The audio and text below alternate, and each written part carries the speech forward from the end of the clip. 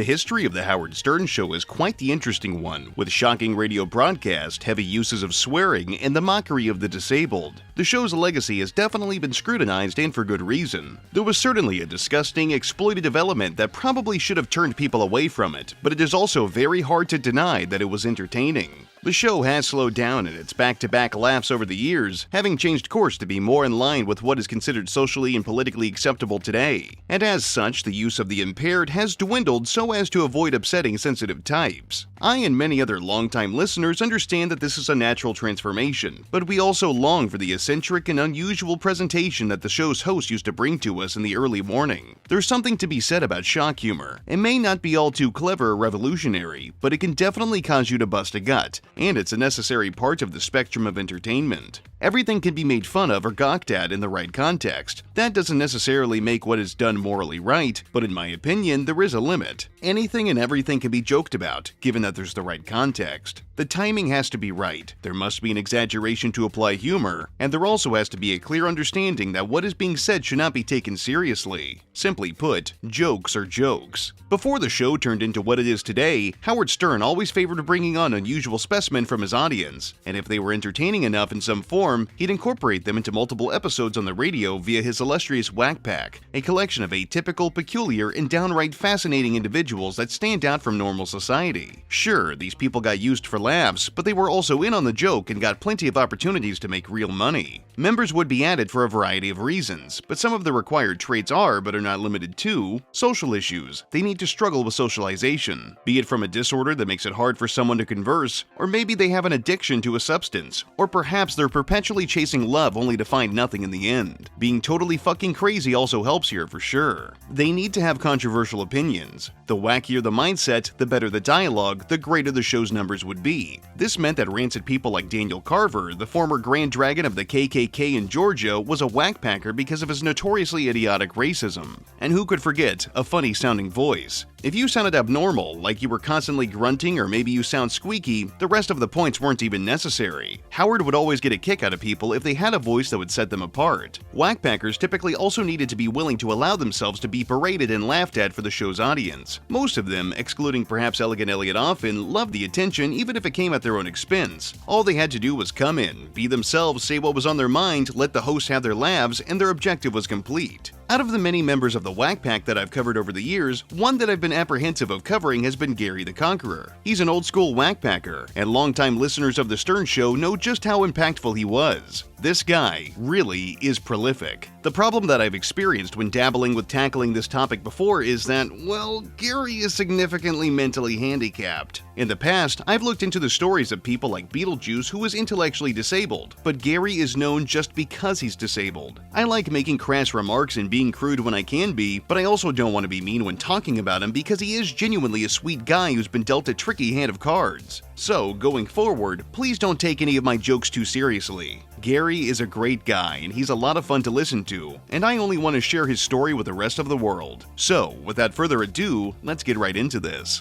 Gary Loudermilk, known better as Gary the Retard or Gary the Conqueror, was born on February 29th in the year of our Lord 1952. He was born with Down syndrome, and as such he experienced quite the turbulent life. Due to him being intellectually disabled, there is very little known about his background as he often cannot recall too many details about his youth. However, this did not stop him from shaking up the radio waves for many years. Something to consider is the disabilities he had during the time that he was born. Our understanding of such ailments has grown exponentially, and it's safe to assume that perhaps he was treated quite differently by his peers. Nevertheless, Gary persisted despite everything thrown at him. And what do? Do you live in a group home? No, I got my own apartment. You do? Do you have a job? No, I'm looking for a job. You are? What can you do?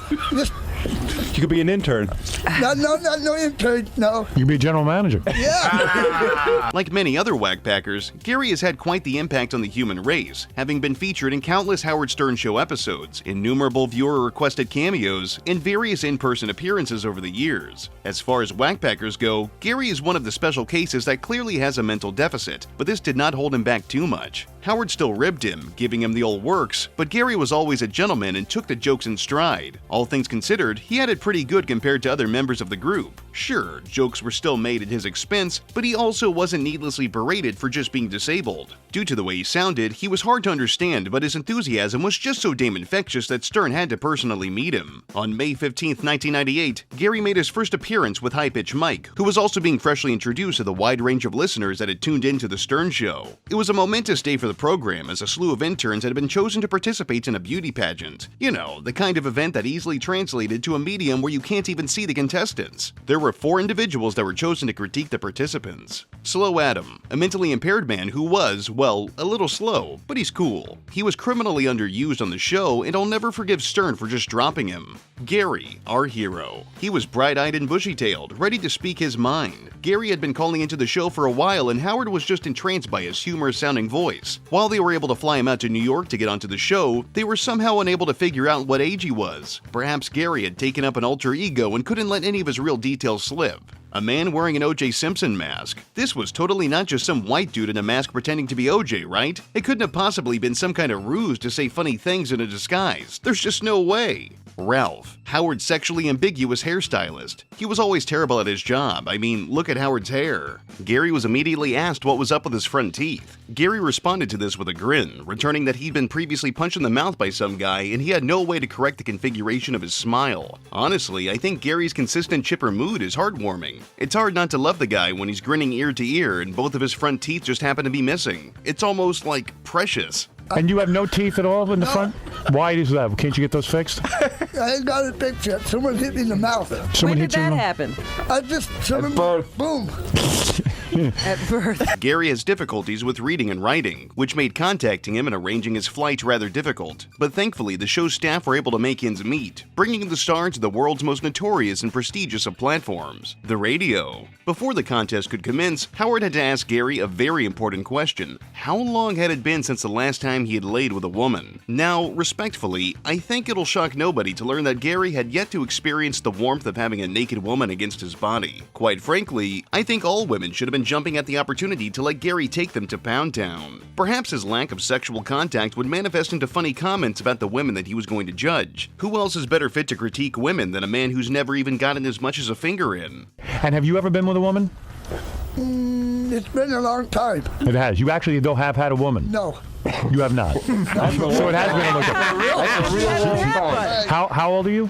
46. 46, and Wow. you've never had it. So it's been 46 years since you've had a woman. Right. The other Gary, the show's producer Gary Delabate, flapped his gargantuan lips and explained the mechanics of the beauty pageant. Essentially, the selected interns would come in one at a time, answer some questions asked by Howard, the other host, and the judges, and have their looks evaluated for better or for worse. Luckily for everyone participating, Gary the Poon Destroyer was there to give the straight scoop. He was classically trained in women's fashion and porking like a hopped-up donkey, so he was in his element. Gary was quite the charmer during this appearance. You may not have expected it, but Gary knows what the ladies like. The show was fairly simple, and this appearance didn't actually include much of him. He just spit his truth, flicked his tongue a bit, and made sure that everybody had a firm grasp on the fact that not only was he a bona fide sex machine, but a stunning female booty basher too. Gary the Crotch Crusher is my inspiration when I'm in bed. Gary the retard, did you like her? I You like her? You like her. Would you like a date with her?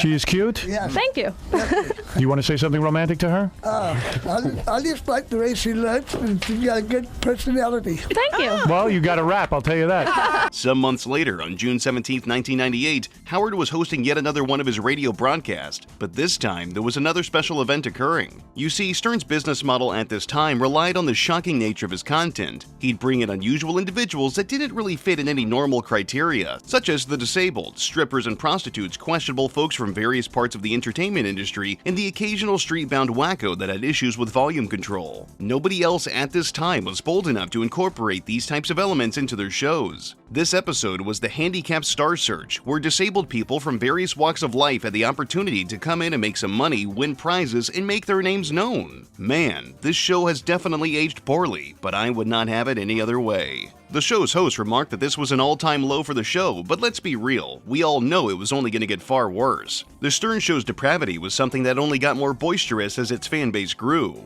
This time, instead of a dumb beauty pageant, a collection of eccentric superfans and whackpackers were all corralled into the studio to judge the handicapped listeners that were going to participate in the event. Think of it as a much more cynical and emotionally barren talent show for people with a sick sense of humor. It's me. I'm people. There were several people present for the game to judge contestants, much like the last big shindig. First one was Fred the Elephant Boy, a mushed-mouthed man who tripped over his own words and helped pioneer the Wack Pack. I've also done a video on him and I highly recommend checking it out. Vin the Retard, one of the lesser-known mentally impaired members of the Wack Pack, but still a standout member. King of all blacks, a longtime listener of the show who was and still is the true and honest king of all black people. If I recall correctly, his title was self-appointed, so do with that as you will.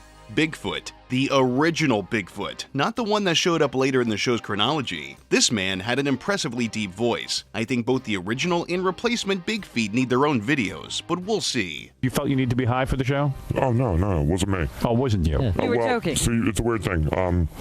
The last time I was on here, I saw you like, a month ago? Yes. Okay. After that, like a week later, I got in a big bar fight. It was a big mess.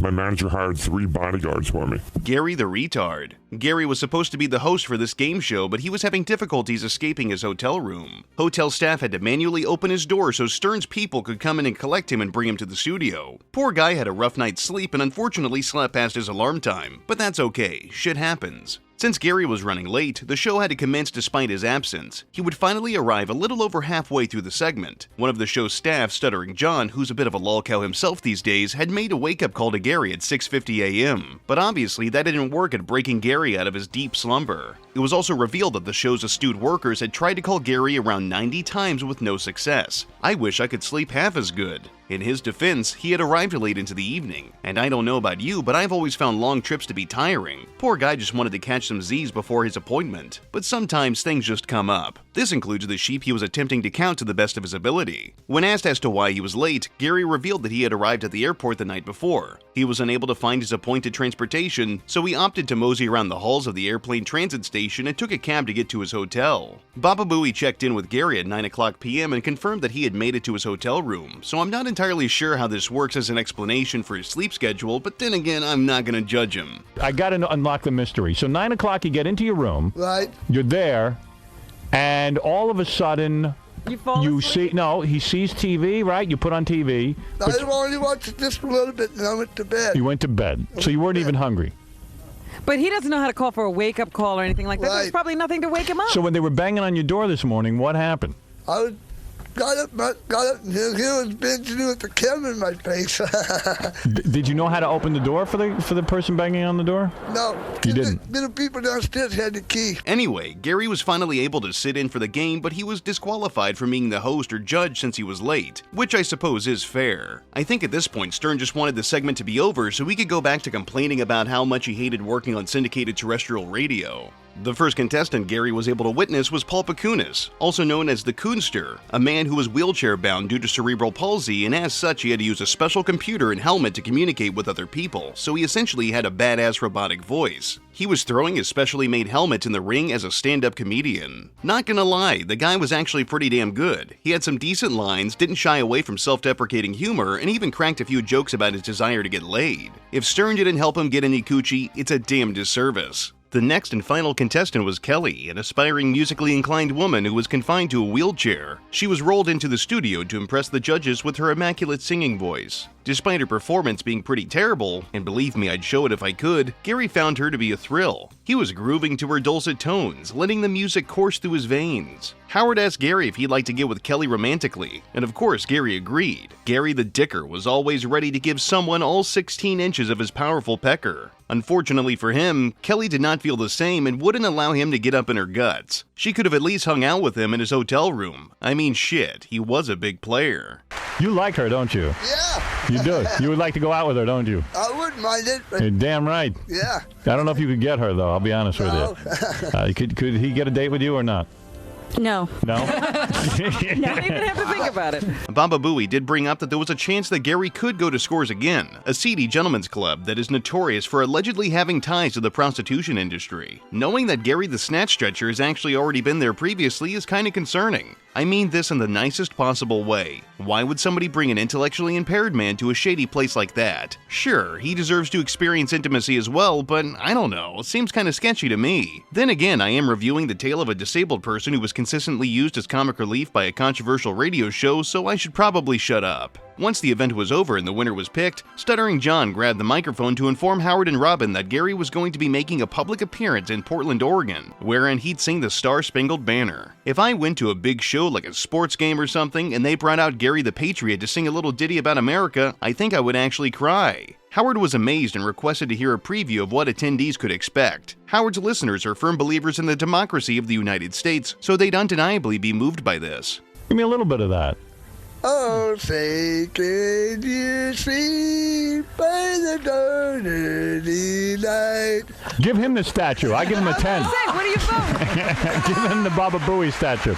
Gary returned just over 2 months later on August 27, 1998. The Stern Show was notorious for its offensive on-air antics and exploitation of unusual people, and Howard made sure to use his growing notoriety by helping out his most peculiar guests in their attempts of courting women. Now, like we've gone over, it should be no shock to anyone that Gary the Inexperienced had some complications in attracting the fairer sex. He's a nice guy and I'm sure that he can lay some good pipe, but he needed a helping hand. So, just like he had done for Fred the Elephant Boy, Crackhead Bob, and other notable members of the Wack Pack, Howard put together another round of the fan-favorite Dial-A-Date. The game is simple. A handful of participants throw their hat in the ring for the hand of the episode star, but they must answer explicit and often provocative questions, plus whatever Gary himself could possibly ask. There's a chance that he could find love, or maybe at the very least a warm crevice that he could nestle his custard chucker into. Gary was understandably excited, bouncing around in his buoyant manner, just thrilled to have more time on the show to converse with his favorite disc jockey. Howard handpicked 3 stunning knockouts for Gary, and instructed him to ask the first question.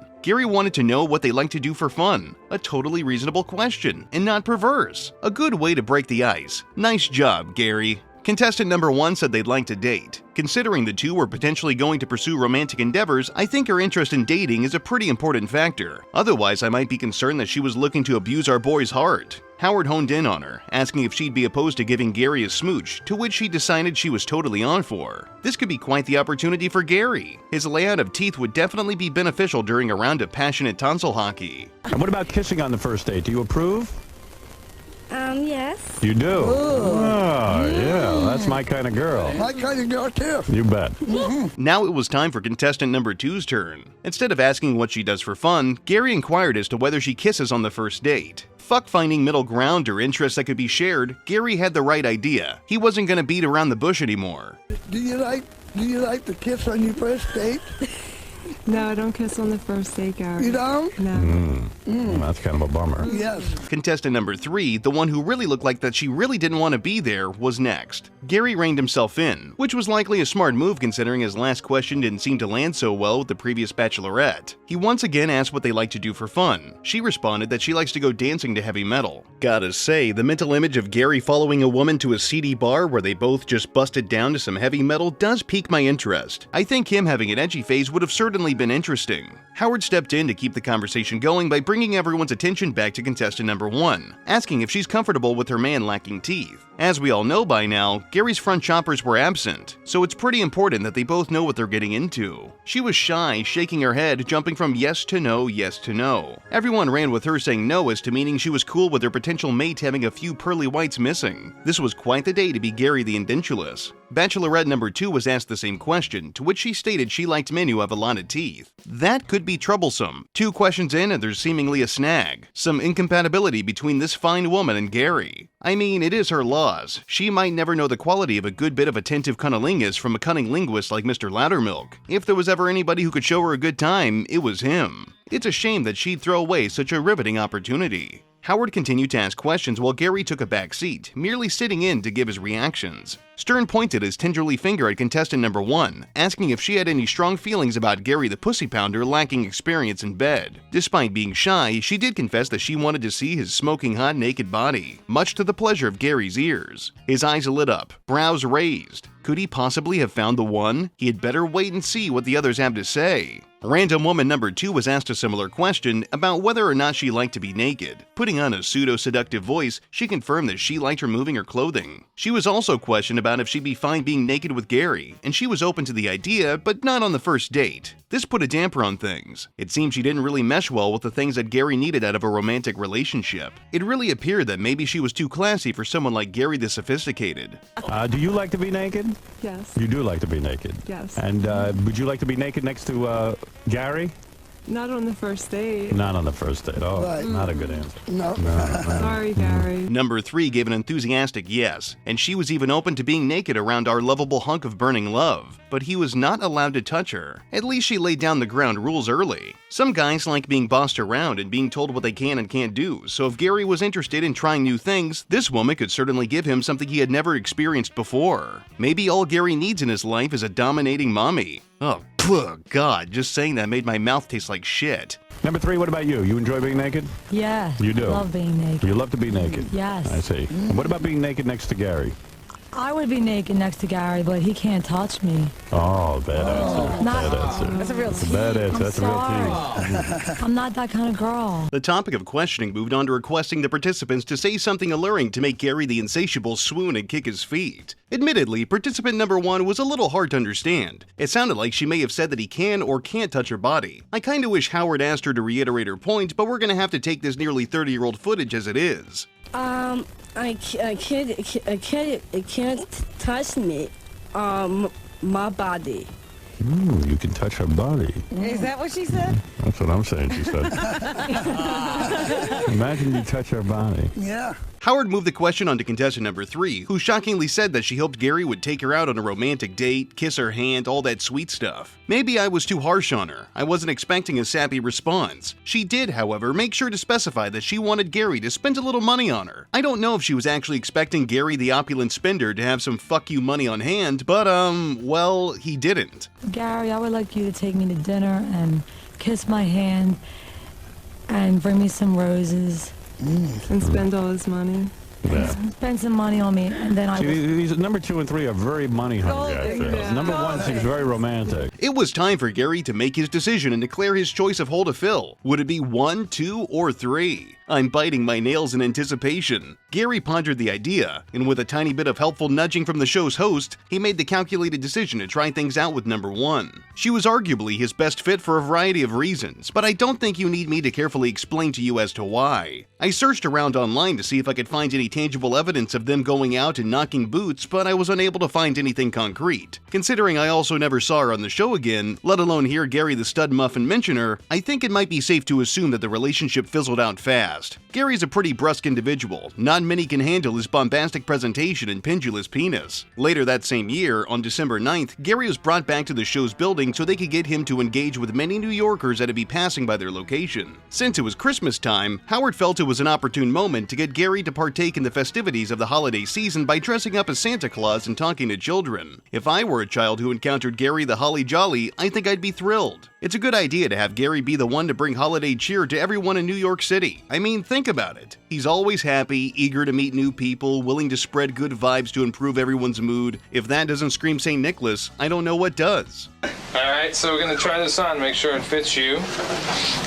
Alright, just take off your shoes. Do your feet smell? No, I took a shower this morning. You did? Yeah. Sit down and do it, Gary.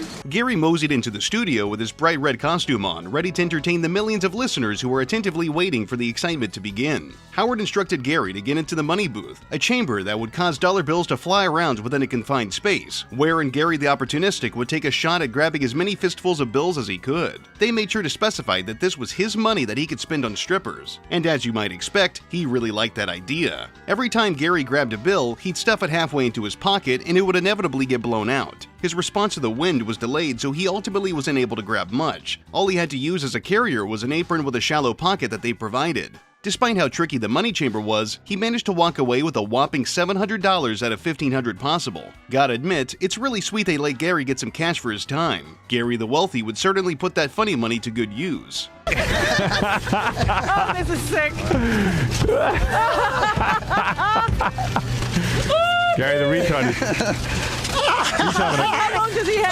I can't get it off. After the sharing of currency, it was time for Gary to hit the streets to make sure everyone outside was ready for the forthcoming arrival of Santa Claus, his gaggle of reindeer, and the countless little people who were working tirelessly in a sweatshop to build toys for snot-nosed little brats. His primary objective was to converse with the youngins in the area, ask them what they'd like for Christmas, and give them a candy cane for good measure. People seemed to be initially cautious of him, and I suppose they probably had things to do, so stopping to talk to Santa might not have been the highest thing on their list. One man was brave enough to confront the individual behind behind the holiday, hoping to get his hands on some freshly baked cookies. He willingly accepted the candy cane out of fear that Gary, the Father of Christmas, was going to drop his bag and beat the ever-living shit out of him in a fit of festive rage. Another man followed up right after the last, wanting to know what he could get for Hanukkah. Gary unfortunately didn't have anything related to that event in his bag of treats, but he did give him a piece of some striped peppermint, so all was forgiven. Quite a few more people approached Gary, and sometimes the other way around. The holiday cheer was spread far and wide. But eventually, after the slew of adults had come and gone, Gary saw one of his prime objectives set before him: a child who was in dire need of some Christmas spirit. The kid did not know what to say. I mean, he did have a dentally impaired Santa asking him what he wanted for Christmas while ringing a bell and cameras were swarmed around him, which for the late 1990s was definitely an uncommon sight, so he froze up and did not immediately answer any questions. They asked the little guy to say hi to Howard, and he did, but he was visibly nervous and didn't know how to handle everything that was going on. Gary was much more forceful with his engagement of this little feller than he was with the others. Perhaps he really did want to make the season much more enjoyable for the kid, much like he got to enjoy when he was that age.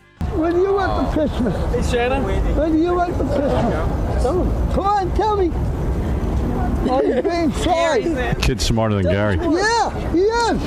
You don't know what to say, Howard? Howard, you don't know what to say. Some honeys followed up right after the kid and his father had departed from the scene, and one of the fine ladies specified that she wanted a boyfriend for Christmas, but not just any guy, she wanted a man. Well, look no further. Gary's the full package. For what he lacks in teeth, he makes up with intense kisses and hard sex. Howard kept chirping commands into Gary's ear, telling him to offer his services, to call himself a love machine, and all that fun stuff. But unfortunately, the ladies weren't too receptive to his advances. That's fine. There's plenty of other more deserving women out there that will eventually be touched by his loving hand. People in New York are often unfazed by the strange and unusual things that occur on the streets, but there was something about Gary's getup that seemed to unsettle most people. Howard knew just how to market his show to the world's populace, even though he really didn't need to do any advertising. Overall, I'd say this was quite the fantastic win for the show, and another excellent appearance by Gary the Festive.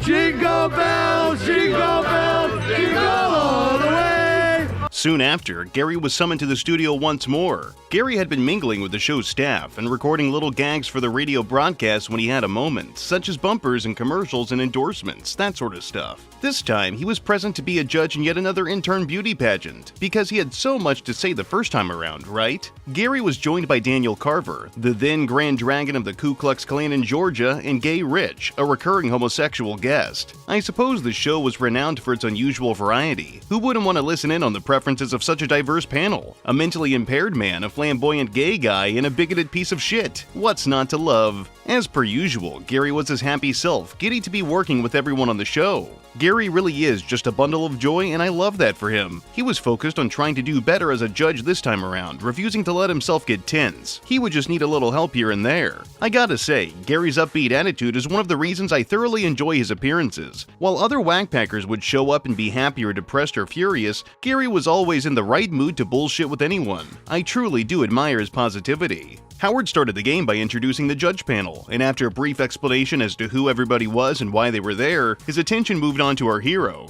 Gary the beauty judge. As expected, he was full of piss and vinegar, beaming with energy. Howard backed up a bit, bringing up that people had asked him about Gary's mental acuity, wanting to know what Gary does know. He proceeded to quiz Gary on some general knowledge, starting off with what the colors of the American flag were. Without hesitation, Gary the Patriot answered red, white, and blue. My nuts just quaked a little. What are the colors of the American flag? Red, white, and blue. Well, there you go. All right. Next up, what is the word for frozen water? He responded with an emphatic ice. My man really is a genius. What do you call frozen water? Ice. Right. Very good. Well, here's one test you're not flunking. The next question stumped him, which was how many wheels does a tricycle have? How many wheels on a tricycle? 4. Pretty close. 2. 3. No. 3. All right. Well, finally something you don't know. Right. All right. I get it. That's a tough one, but he'll get it next time. And lastly, another one that could not stop Gary. What the fuck is a VCR? If you're too stupid or too young to know, don't worry. Gary the technician has got you covered. What is a VCR? A VCR where you stick the movie into the VCR and it goes from your VCR into your TV. Exactly. Well, you stick a movie in. I've got one at home too. Well, you're pretty good, let me tell you that. Daniel and Gay Rich continuously bickered back and forth because they were on the opposite ends of the same spectrum. I'll let you figure out which one. It's great when two morons take up a bunch of airtime when all I want to listen to is my Pookie, Gary the Infallible. Daniel, like all snake oil salesmen, took the opportunity to plug his merchandise store where you and your buddies who lack brain cells and teeth can purchase some shirts that feature racist remarks because you totally wouldn't get your ass beat wearing something like that out in public. People tend to have pretty animated responses to stuff like that. You know how it is. The shirt featured a character in clan robes next to a Christmas tree, with a comment about a white Christmas. You get the idea. Gary was asked whether or not he'd wear the shirt, and he wasn't entirely against it. Gary had a kind of weird relationship with Daniel often goading Gary into saying racist things or to get him to agree with his ideology because he found it so funny. I won't lie, I do find it a bit funny that they got him to say bad things, but at the same time, it's not a good look to manipulate the disabled. But then again, I don't think Daniel cares about his public image. However, Gary is a grown man who can make his own choices. I just wish he had a better understanding of right and wrong. They did, however, try to get some clarification as to whether or not Gary would actually sport the attire. Daniel unraveled the shirt once more to present it to Gary the Fashionable, asking him if he likes snow and Christmas and shit. As I stated before, Gary is susceptible to wordplay and shady tactics, agreeing to wear the shirt. Dreaming of a white Christmas? Don't you like snow? Yeah, you got it. Yeah, the snow's annoying. Right. You... Do you ever dream of a white Christmas? Yeah. Dreaming of a white Christmas. Daniel! Did you wear the He's t-shirt? trying to outswim the burning would you wear cross that falling from the top. Would you wear that t-shirt? I would, but... You would. Motherfucker just loves Christmas and shit. At least he wasn't gonna wear the hood. Would you like a hood like Daniel's? No. No, you don't think that. I like my hat better. The first contestant, Melissa, was a 22-year-old intern who was dressed in a provocative manner. She entered the studio to show off her looks and be judged by the 3 most representative judges America has ever seen. She was in this to help the sick children in hospitals, somehow, some way, by showing off her body to people working on a radio show when the game was mostly visual. In retrospect, I don't think these bits aged too well, but then again, look at the judges. Gay Rich, who was a fashion aficionado because of his sexuality, I guess, gave her a 5, which is fair. I mean, he doesn't like women, so I guess it makes sense. Gary gave her a solid 10. Our boy was smitten by her luxuriant looks. He's many things, and a lover of the ladies is certainly one of them. Daniel also gave her a stunning 10, but let's be realistic, it's probably because she's his preferred race. Melissa was then subsequently questioned about her life experiences, her sexual misadventures, blah blah blah, you get the idea. The judges were now tasked with judging her personality. Daniel gave her a 10, which is shocking considering he's a staunch conservative and she spent a few minutes detailing how she masturbated in a theater. Gotta love hypocrisy. Gary contemplated his reply, looking to others to figure out how to respond. After careful consideration, he gave her a 1, but he didn't understand that that was a low score, upgrading it to a 10 as soon as he came to an understanding. Gary the Mafia Don is very careful and very decisive when it comes to business and pleasure. Gay Rich gave her a 7, which was considerably better than the last score, but we really should only care about what Gary's got to say, considering he's the arbiter of just about everything. 1 to 10. Trying to... What is that? Trying to think. All right, take your time. To you, Gary. Let him take his time. Go ahead. What do you want to give her? Any number. I'll give her a 1. A 1.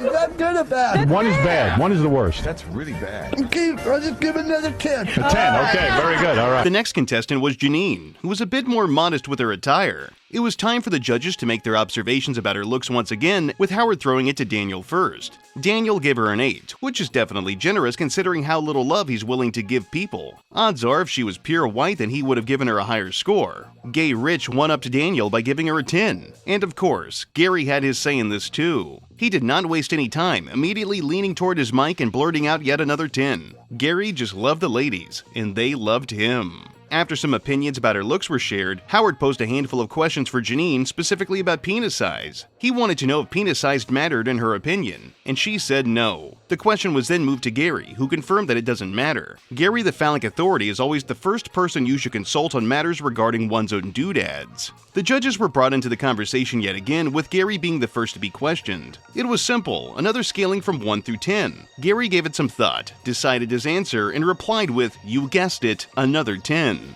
It's pretty impressive how Gary was arguably the most supportive judge thus far. Who really cares what the other two guys had to say? In the end, there were even more women who were vying for attention and wanted gratification and payment and all that fun stuff. Gary would continue to hand out tins as if they were candy, and the world just kept on spinning. I could have spent several more minutes breaking down everything play by play, but I really don't think there's much more to say about this visit. I think at this point it's abundantly clear that regardless of his intellectual disability, Gary is a deep thinker and knows a lot more than what he lets on. For example, this guy has a knack for technology. Many people struggle when it comes to hooking up appliances like televisions, stereos, computers, and what have you. Gary, to most people's surprise, has mastered the art of setting up a radio system. On April 11, 2000, Gary was invited back to the Stern Show to demonstrate his technological prowess. It turns out that he was quite popular in his hometown for being pretty handy in regards to setting up stereos and related equipment. Enough so that his friends and other notable individuals in his area would call him up and ask him for assistance in assembling their media devices. Gary the Tech Whiz was always happy to lend a helping hand. This impressed Howard enough to convince him to give Gary a stereo to put together. Now all of Stern's avid listeners could familiarize themselves with Gary's skills. It took a few minutes for Gary to remove the hardware from its packaging, as one would expect because these things are always wrapped up tight. We surely wouldn't want any unscrupulous people to get their hands on the most valuable of appliances, a radio. This, however, was not enough to stop Gary. Even more impressive, unlike most people, Gary understands wattage and other electrical jargon. I've heard rumors that he was classically trained under the best in the business of installing media setups. Now, someone tell me you know about wattage. What is wattage? It's on the power. How much power that goes through the system? All right. And you could tell somebody if their speakers weren't powerful enough? Well, you just turn up the volume if it's not loud enough, and then you know what's the matter with it. You know what I mean? I see. All right. However, he unfortunately encountered a bit of a snag. There were no speaker wires present. How could an entire media center be sold and not include the necessary wires to adequately utilize the stereo's musical playback ability? This was serious. Either someone stole the wires or Gary might have misplaced them, but I know Gary's too well versed in this trade to make a rookie mistake like that. Conveniently enough, Howard chose to check in on Gary's progress at the same time he was searching for the speaker wires. He was unable to locate the proper amount of insulated copper wire to plug into the speakers. The buoy chimed in to confirm that all the necessary components were there. It was up to Gary the technologically inclined to solve the problem. I don't believe him. Sounds like sabotage to me. Delabante had to lick his wounds when it was confirmed that the wires weren't present just a few moments later. Tata Toothy should have been on his A-game, but it's always somehow somebody else's fault. As such, the staffers scurried away to locate the required wires. Upon their return, it was revealed that the supplied cord was incorrect, as it was actually to connect the antenna to the audio contraption. Sounds like Stern was employing only the most astute of radio people. How did they expect somebody like Gary the Champion to do his thing when they didn't even satisfactorily accommodate for his trade? Several minutes would pass as Gary continued to push through his task, completing every step with ease and class. Eventually, Scott the engineer, one of Stern's staff who handled various technical parts of the show, was able to provide the speaker wire, only after Gary had proven that the show was working against him. If you thought this little episode was over, you're dead fucking wrong, because surprise surprise, the show's staff blundered once again, providing him with the wrong size batteries for the remote. Take a look. Look at how huge the batteries were. Admittedly, I have some specific taste in what I watch for entertainment. I can't quite explain it, but there's something weirdly entertaining about watching people with technical know-how just doing their thing. If I stumble upon a video where someone is building a computer, or maybe some kind of gadget or gizmo is being disassembled and thoroughly explained, I'm hooked. I love that kind of shit, and I also love watching videos of the Wack Pack. So believe me, I was like a pig in shit when I discovered that Gary had participated in similar content. This is the kind of stuff I live for. Now where's the speaker wires at? You gotta turn it up, turn it backwards.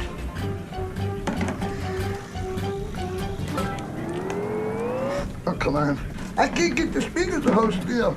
Gary did his best and assembled the components in the most professional of ways I've ever seen. And despite his concerted effort to bring music to the ears of those who were watching him work, he was unable to get the stereo system to play any sound. However, the other instruments and knobs certainly worked. He did the most, really. I would definitely hire him to apply himself and build up my entertainment center. I should also specify that Gary claims that this was not his fault, but rather Scott's. I believe him. Fuck Scott. When Stern questioned Gary the Stud about his inability to pass the finish line and play some music, Gary later blamed the system itself, as it had too many wires and was complicated to operate. In actuality, he plugged the speakers into each other, but I still blame Scott. He did it, not Gary. Gary, I heard you couldn't put together the stereo system. Yeah, I couldn't, but it was just too difficult. But at least I tried. Unfortunately, he ended up plugging the speakers into each other. Yes, I did. Gary was still willing to put forth a valiant effort to be entertaining for Howard and his legion of rabid fans. So this usually meant he had to do things that he had never tried before. One of which was a foray into being a renowned barber. On July 25th, 2001, Gary was sitting on the couch in the studio and holding a rather riveting conversation with Howard alongside the other guest, namely Lord Emperor Beetlejuice, but this isn't what was important that day. High-Pitch Eric was also present and he needed a haircut, and who else was better fit to man the clippers than Gary the beautician?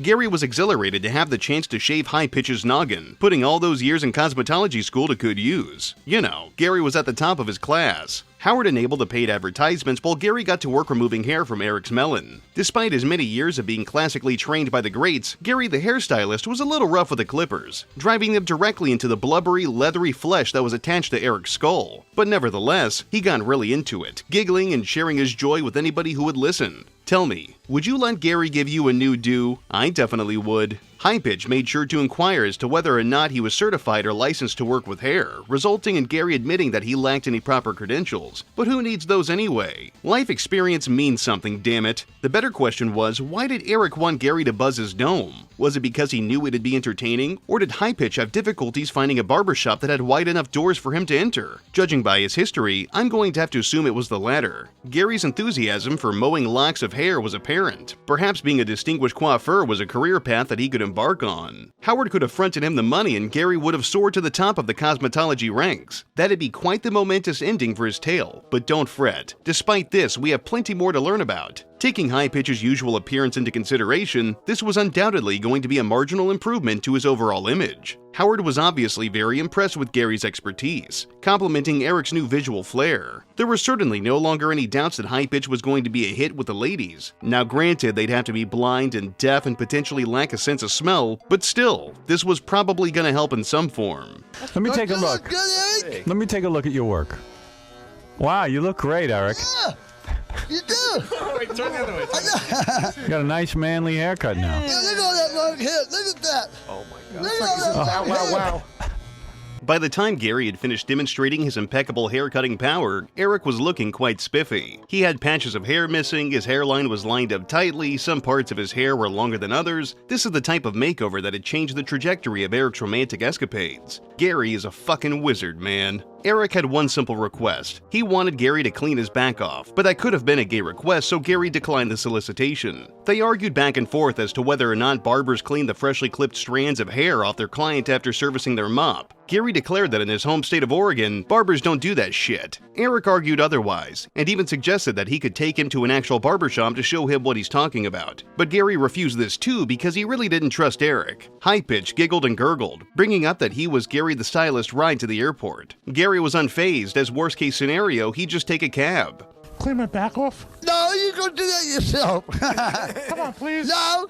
All barbers are supposed to clean their backs off of the people. No, they don't. Yes, they do. No, they don't. Yes, they do. No, they don't do that in Oregon. Yes, they do it here in New No, York. they don't do that in Oregon. They put a thing over here and then they just blow you up with the... I'll take you to a haircutting place right now and you'll see. High-Pitch was so impressed with the work that he had put in that he wanted him to cut his hair again in the future, even going so far as to offer to fly out to Oregon so Gary could buzz his hair without him needing to leave his home. Gary the private individual didn't like the idea of High-Pitch Eric coming over to his dungeon of love. After High-Pitch's head was properly sheared, Howard started to poke fun at his rotund gut, pointing out that despite Gary's intellectual disability that he was far more fit than Eric. I'm not entirely sure how that has any bearing on Gary's weight, but okay, why not? Gary was then instructed to lift up his shirt and show his impressive six-pack. It was just hidden under a little bit of protective cushioning. You know, a bit of insulation. Gary the people-pleaser joined in on the dogpiling, making discourteous remarks about High-Pitch's sizable gut. Normally, I'd say that this was entirely unnecessary and cruel, but this is High-Pitch Eric we're talking about here. And quite frankly, I think it's awesome that Gary got to join in on the tomfoolery. He's always been one of the boys. By the time the shenanigans had come to an end, Gary the germaphobe rushed to a nearby bathroom to remove the muck from his fingers, as touching High Pitch Eric made him feel dirty and gross, which all things considered is very on brand for High Pitch. Months later, on December 7, 2001, Gary was summoned to the studio once more. The American public were still reeling from the tragedy of September 11th, and what better way to treat the wounds that everybody had than with some laughter? Howard had set up a meeting between Gary the Entertainer, Mary Carey, and some of her family. Mary Carey is an adult film star that became popular due to her willingness to let people do things to her on camera, and I guess because she kind of vaguely looked like Mariah Carey, but I don't know. I never really saw the resemblance myself, but I guess that's just what people wanted from her.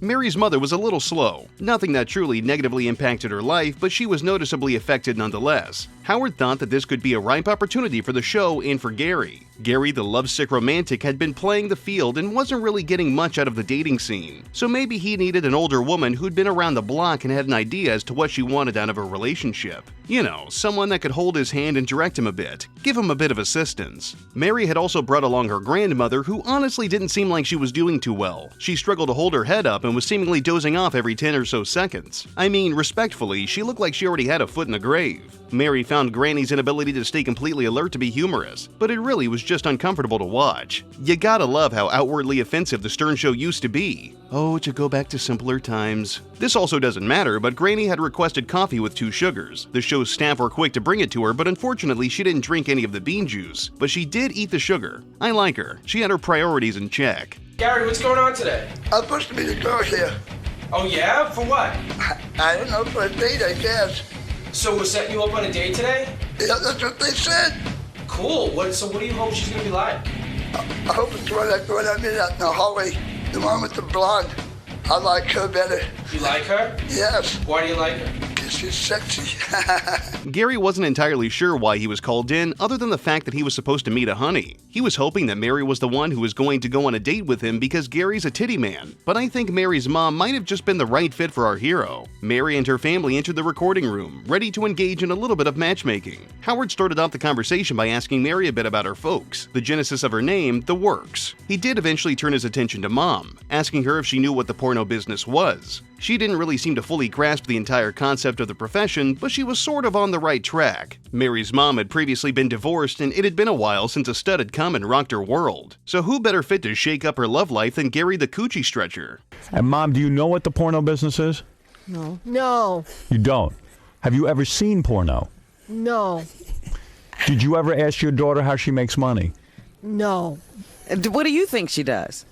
I always thought she just walked around looking pretty, looking real good, looking very, just very pretty, very demure, very fancy. There you go. Very nice. Eventually, after the paragraphs of preamble conversation had concluded, Gary was ushered into the studio to begin the intermingling between himself and Mary's mother. Gary was, as per usual, bright-eyed and bushy-tailed. He was ecstatic to talk to Howard and Robin, but there was also the chance for him to meet a lovely lady, so he was primed and ready for some lovin'. Mary's mom, or, well, I guess we can call her Judy since that's her name, did think that Gary seemed like a nice fella. He was calm, warm, and inviting, but she didn't feel like she'd want to marry him. That's fine because all the show wanted to arrange was a date, and it was still way too early to be considering hypothetical futures regarding matrimony just yet. She needed to really get a feel for Gary the Tender. Gary was certainly open to taking Judy out for a night on the town, but he was particularly smitten by Mary, and even requested that if he did go out on a date with Judy, that Mary would also be present. It's remarkable that both women rejected such a favorable time from a hunk like Gary. Unrelated to this, but Gary brought up that he was having a website built for him where he could interact with people over the internet. Check out his announcement of the then forthcoming webpage. You know what? I'm always on the internet too, so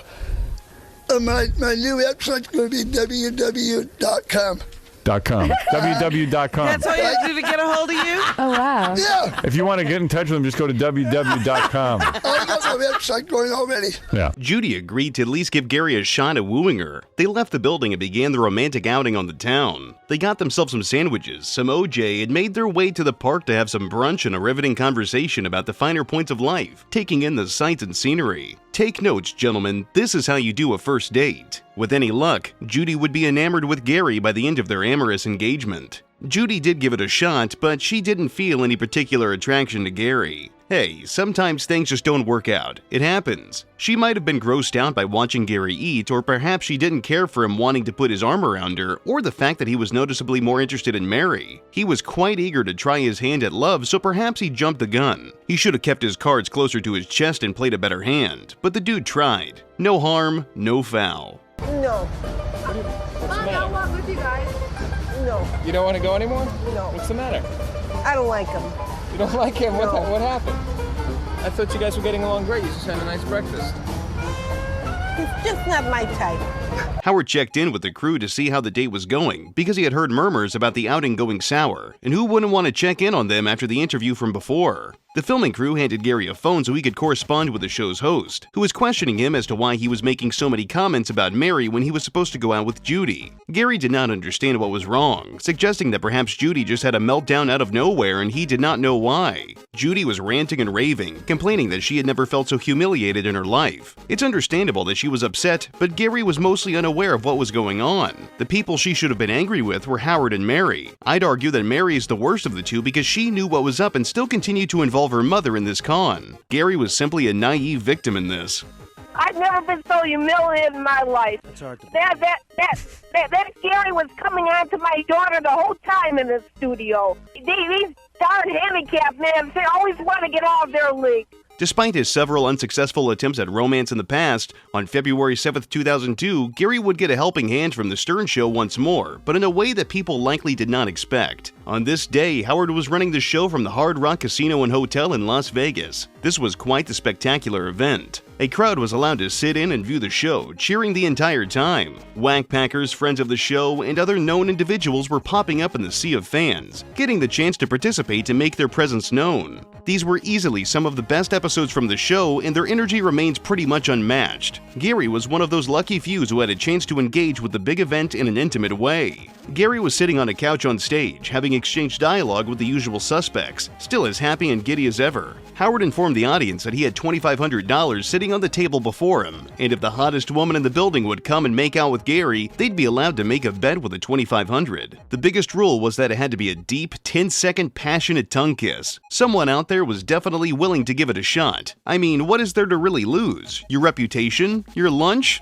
Bah, nonsense. There were plenty of girls who were willing to swap spit with Gary. He, of course, was elated. I suppose this was happening in Vegas, a literal city of sin, so depravity was never really much of a concern. Gary was allowed to pick which girl he wanted, and being the man that he is, he chose the blonde with the massive fake breast. This guy likes what he likes. Crystal, the aforementioned woman, went in for the kiss and played tonsil hockey with Gary the delicate lover. You know, the more I listen back to classic Stern and research these people, the more I begin to understand why people had so many problems with the show back in the day. It kinda makes sense now, but I'm still gonna keep watching it. You just don't get quality entertainment like this anymore. As promised, Crystal received the opportunity to play her hand at cards, but that doesn't matter. What is important is that she agreed to hit the town with Gary the tourist after the event. Rumor has it she just couldn't resist the advances of someone as tempting and seductive as Gary. His dedication to the show resulted in him being selected for a variety of different events and game shows, most notably Hollyweird Squares, Wack Pack bowling competitions, hands at blackjack, the works.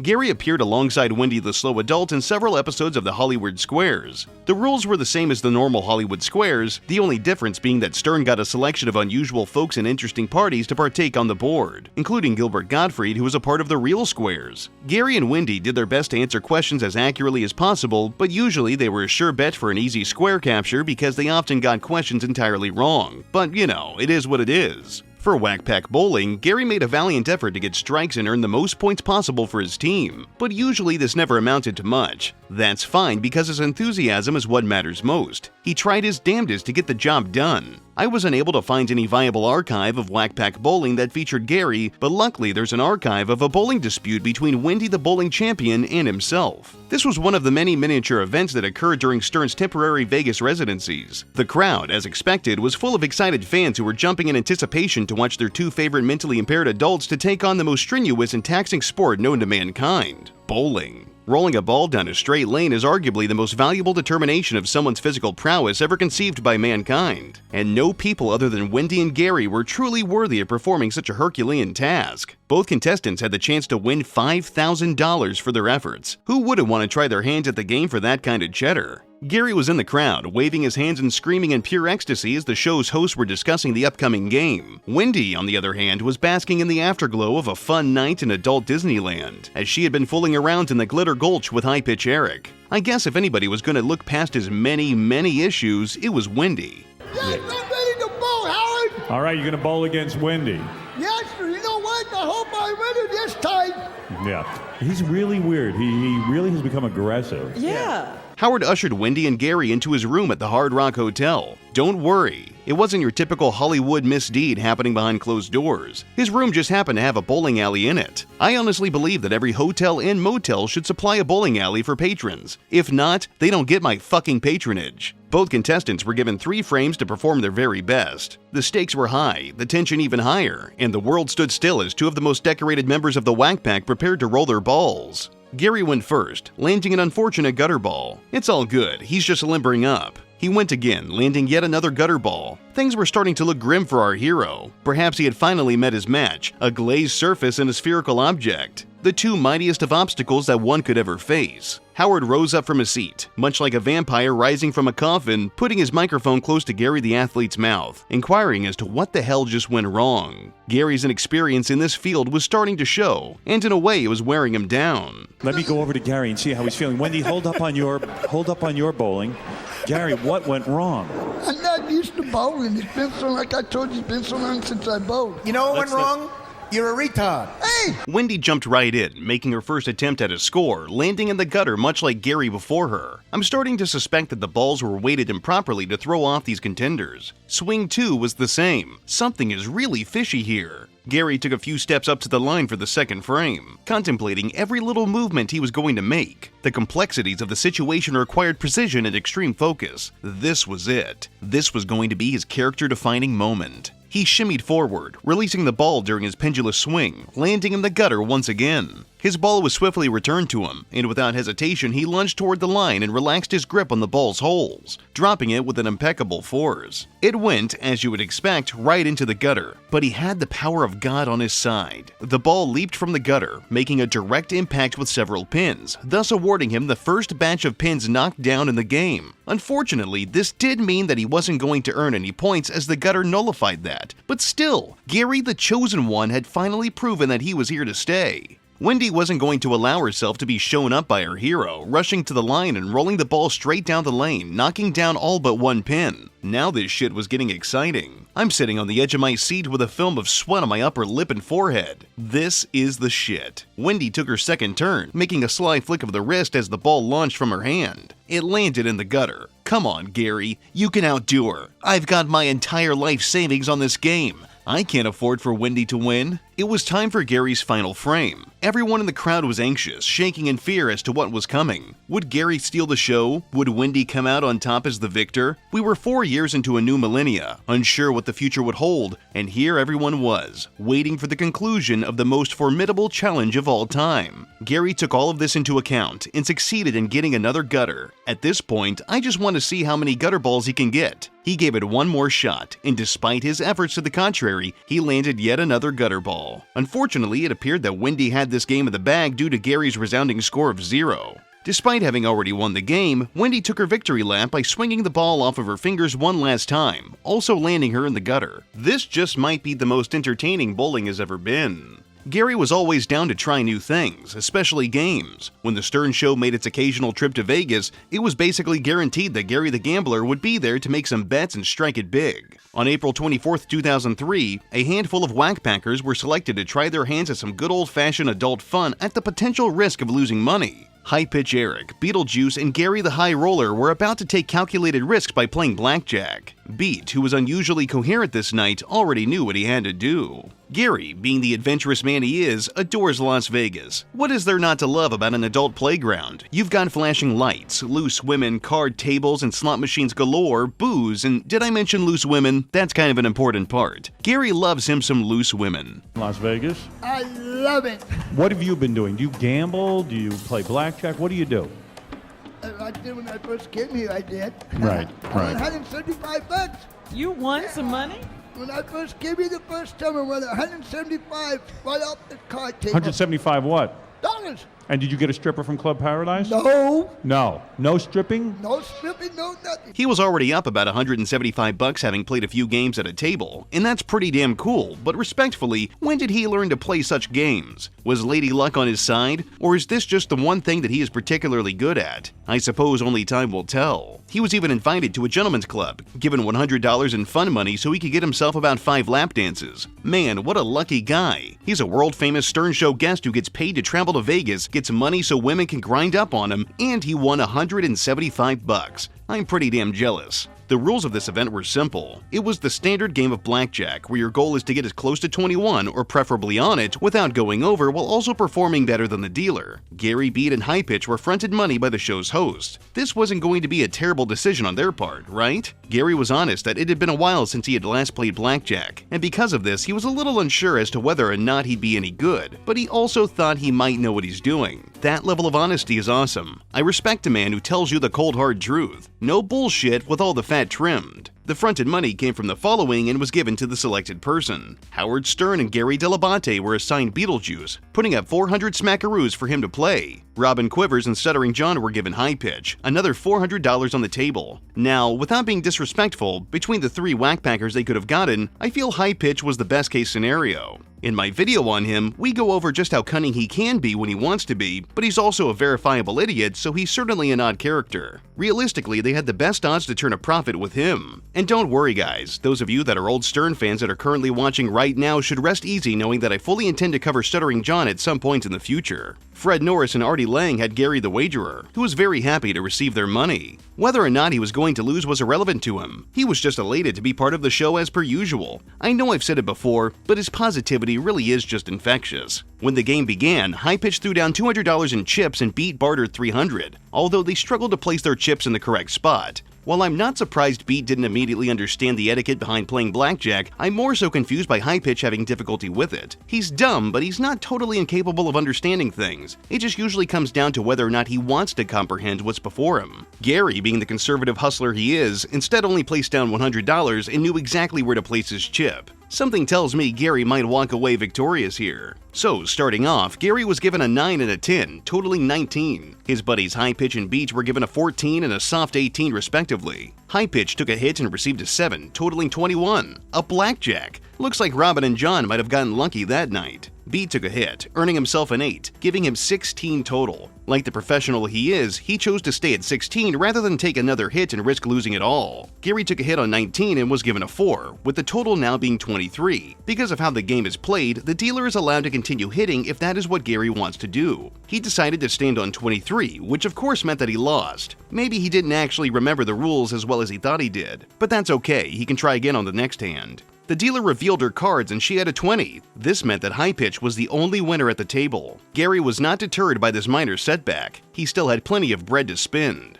I want a hit. All right, Gary takes a hit. Come on, give it to me. Go ahead, Gary, give it to her. It's a 4, Gary. What do you want to do now? You have a 10, a 9, and a 4. What do you want to do? No. Stick? Stick. All right, he sticks and he loses his money. You lost. We went over. You had a 19, Gary. 21 would have won it. You had a good hand. He's not going to understand All that. right, okay, you lost. It was time for the next hand, and boy was the excitement in the auditorium just electrifying. High Pitch received a king and a 7, placing him at 17. He decided to stay, which is a smooth move. Lord Beetlejuice was given an 8 and a king, a stunning 18. Beat made the same decision to bunker down and hang tight with his big number. Gary the Ace got 2 3s, leaving him with 6. He thought everything over, pondered over every possible pro and con to each choice he could make, comprehending the sheer magnitude of the decision he'd have to put into motion. He wanted to stay, and he was pretty fucking excited about that too. While I may not understand his strategy here, I do have faith that it'll work. The dealer swiftly revealed the contents of her hand, a 4 and a queen, totaling 14. Since she was below 17, she was allowed to pull another card, which conveniently for her was a 5, making her hand a 19. Unfortunately for Gary, he lost again. Hey, sometimes strategy works and sometimes it doesn't. That 5 card could have been his, which would have placed him at 11 and he could have only gotten a better hand from there, but you know, practice makes perfect. Gary still had some chips to play, putting up his remaining $200. Beat revealed that he had a tiny bit left, unsheathing a lone $5 chip from his pocket, which wasn't enough for the table. High Pitch bet another $100. High Pitch got a 3 and an 8, 11. He decided to stay. Gary, the big winner, received an ace and a 9. 20, baby. Gary wasn't sure if he should hit or stay while the dealer only had a 6 visible. He initially wanted to stay, but Howard double-checked to make sure that he didn't want to hit, which Gary immediately agreed to, landing him a 5, turning his 20 into a 15. He could either stay or hit, but he decided to stay. The dealer had a 6 and a 5, then a 10, achieving a blackjack. Gary could have come out on top here, but the house always wins. In the end, High Pitch was left standing with a remaining $300. I kind of figured it'd turn out that way, but I feel like I'm just beating a dead horse at this point. Gary may not have earned some extra spending money for the strip club, but he did have a good time, and that made the game that much more enjoyable for everyone involved in listening. I think that's the most important thing, you know? You gotta enjoy the little things in life even when the odds are stacked against you. Stuff like that can go a long way. Since Gary was an honorary member of the illustrious and world-famous Howard Stern Wack Pack, this landed him a seat at the most elite of tables. He was a pillar of the Wack Pack jury. That's right, an entire legal team assembled of only the most prolific of Wack Packers, set out to determine the verdict on many cases in the Sterniverse. For example, one particularly would-be court date was when the jury determined whether or not certain people, who had previously been banned from the show, would be allowed to return. The Wack Pack jury was comprised of the following legends: Beetlejuice, Jeff the Drunk, High Pitch Eric, John the Stutterer, not to be confused with Stuttering John, and of course, Gary the Juror. There were 3 former guests who were picked to make their pleas. Each of them had been calling constantly for months as none of them were actually getting any FaceTime with the king of all media. Depending on the verdicts determined by the jury, only one person would be allowed back onto the show. Vinny Mazzio Jr., a cringe-inducing, unfunny would-be whackpacker who unfortunately made any of his appearances in the studio an absolute bore. He did, however, light his genitals on fire, well, with a protective layer of underwear, and even cooked an egg on them. So that was kind of cool, I guess. Melrose Larry Green, an eccentric loudmouth who routinely made a fool of himself by screaming and yelling from crowds at news events. He had a pretty shaky history with Howard due to him being fucking annoying.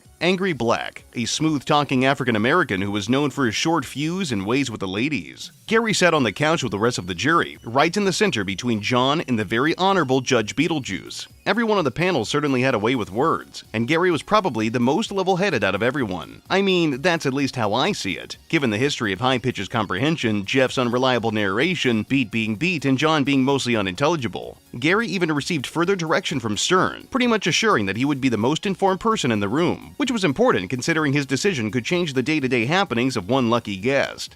Gary, you know what a vote is? No, I don't. Okay. Vote is you're going to decide who should come back on the show. All right? You can only pick one. One. Okay. Vinny, Melrose, or Angry Black? Want to come back, Gary.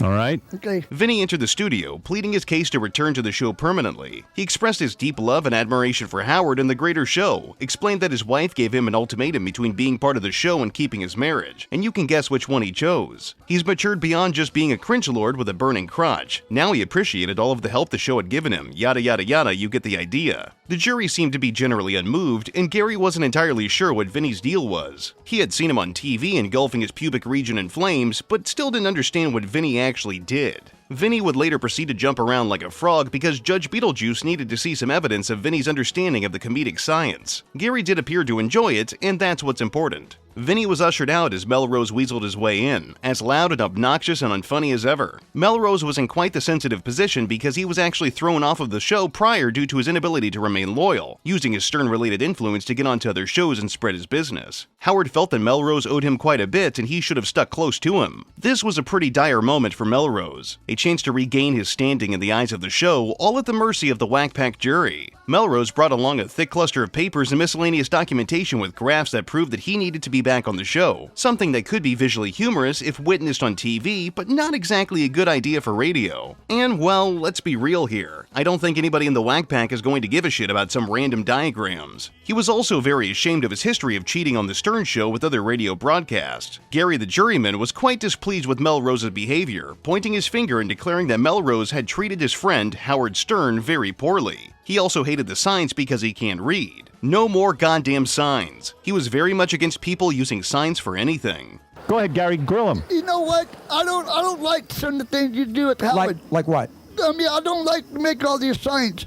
You know what? You don't like the signs because you can't read, right? I can't read. I won't make any more signs up, Gary. Read? Gary, I'll make up no more signs. No, don't make no more signs. Okay. If you go to Las Vegas, don't be showing them all over TV and stuff. Out of the first two contestants, it really seemed that Vinny might have had the better chance of returning, but there was still one more person ready to prove themselves to the commission. Angry Black stepped into the studio while Melrose tried to collect his various oversized signs from the floor, dragging his ass and trying to make additional points instead of leaving. Wouldn't you think he tried to be more respectful, or perhaps he was just reveling in his own controversy? Angry Black argued that he deserved to return to the show because he had received a professional education in broadcasting, and he'd be willing to tackle the black issues that Howard wasn't getting into, such as... Like, for instance, I can tell Al Sharpton that he won't get a tax refund for last year because you have to have a job to get one, nigga. I'll tell him that.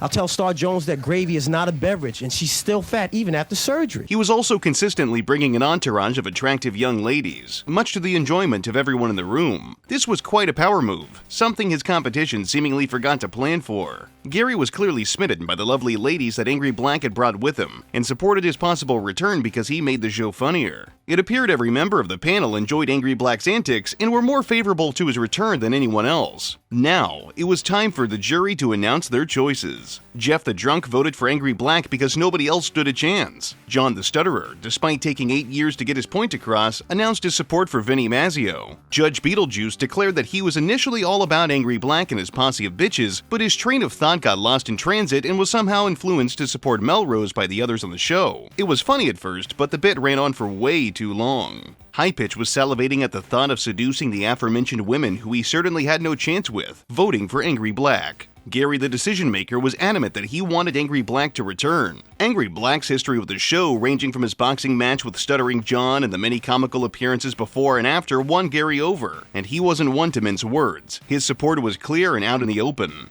I want Angry Black. Why do you want Angry Black? Because I think he's really good on the show. And I've seen his boxing and everything else with Stuttering John, and I really like him. All right. And I like the women he brought in today, too. So we don't have one him.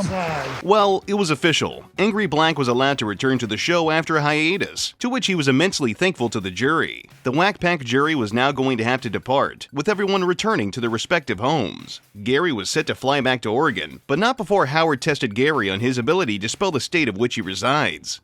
And I want to say with my friend Kevin at the Rack Sports Lab in the Bridge. Gary the Retard will be seeing you in Oregon. How do you spell that, by the way? Oregon.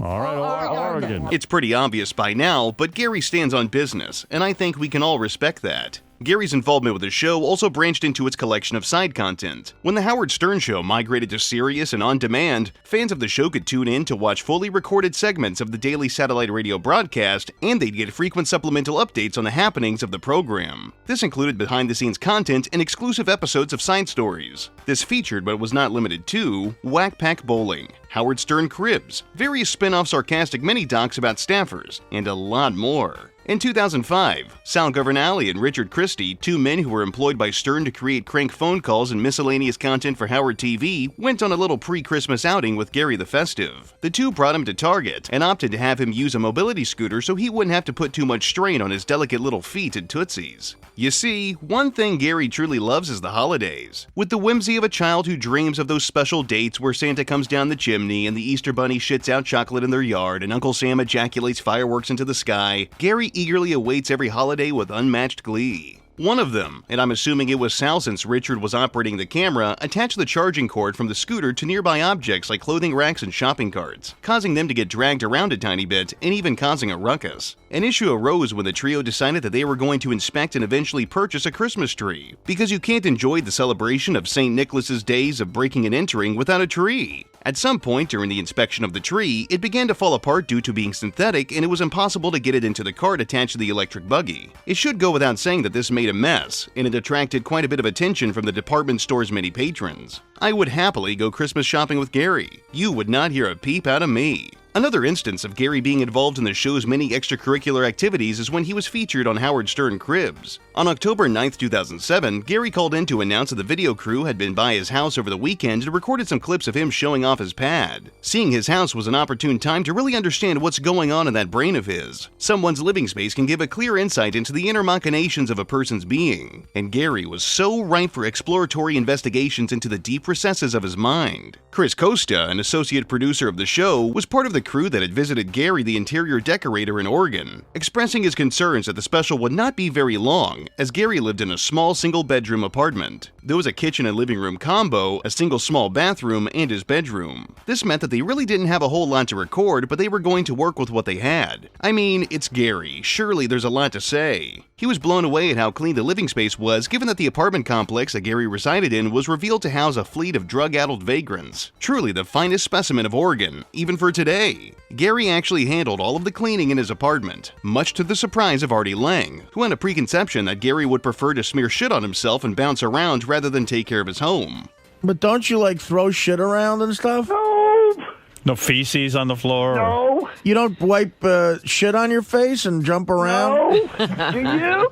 Yeah, I don't mean this as an insulting way, but don't you eat your own shit and paint your face with shit and piss? Shut up, buddy. I ain't talking to you. We learned that Gary lives alone in his 400-square-foot castle of romance with a refrigerator packed with individual craft singles, Hot Pockets, and gallons of water. Basically all the necessities needed to survive in Oregon. At this time, Gary didn't have much to his name beyond the basic furniture that most people just have. He had a basic black and white television and a radio setup complete with a connection to the Sirius satellite network. No decorations were needed to spruce the place up, as the dulcet tones of Howard Stern were just enough to set the mood. The contents of his refrigerator paint a better picture of the man behind the laugh. He survives on the diet of champions, being mostly frozen TV dinners, the Hot Pockets like we mentioned, milk, pure lemon juice, and water. Can't forget the huge amount of water. It's why he's so lean and cut. All natty, dude. The episode ended with Gary the transport enthusiast flexing his whip, a fucking bicycle. That's right. Gary's tool for prowling the streets for pussy relied on 2 wheels and the force of his legs. It's been said that when the women in his neighborhood see him coming, they join him, if you catch my drift.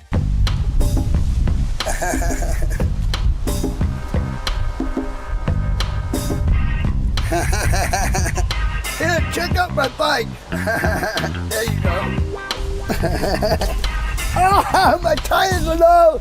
Oh! My favorite Gary the Star appearance has got to be Gary Palooza. This was an extremely important day for our boy. His 56th birthday had recently happened, and Howard had agreed to throw a little event for our hero. He had arranged for Gary to meet a selection of people and even take a trip to, get this, the moon and back. This is radio at its very best, and this is irrefutably Gary's best visit. As you probably expect, Gary entered the studio in high spirits. Artie immediately made jokes at the expense of Gary's mental retardation, to which Gary pointed his finger and scolded Artie for calling in sick to work due to his on and off relationship with heroin. Imagine being a drug user, enduring a crippling heroin addiction, and then Gary the sobriety superhero tells you that you gotta get your shit together. I'd have no choice but to kick the H and live up to his standard. I mean, it's basically an obligation when Gary makes a demand. Howard ran Gary through the basics of what was going to happen that day so he wouldn't be surprised when special guests arrived in his honor. Gary the birthday boy was fine with this, hoping that perhaps he had arranged for Miss Howard Stern to be present because he wanted to pork her. For those of you that aren't well versed in the history of the Stern Show, this goes back to the beauty pageants that we talked about before. You know, looking at scantily clad women. Miss Howard Stern, whose real name is Andrea Ownby, was a drunken mess who would routinely appear on the broadcast to show off her body and whatever else. She also won one of those competitions. Just the kind of woman Gary needs. Unstable, promiscuous, drunk, and belligerent.